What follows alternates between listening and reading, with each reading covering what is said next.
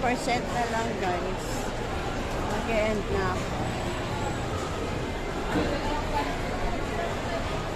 Ramen.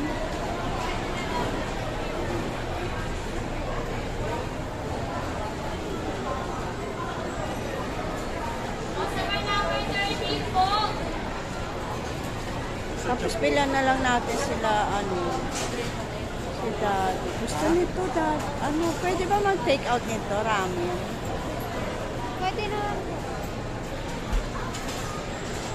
Ano ba yung masarap dyan na? Yung ramen. Customer number 13. Ang in-order po ni siya dito yung cheesy. Meron na rin palang rice. Ay, Sa inyo ba yan? Hindi po. Meron po siya doon, rice. Customer number 13.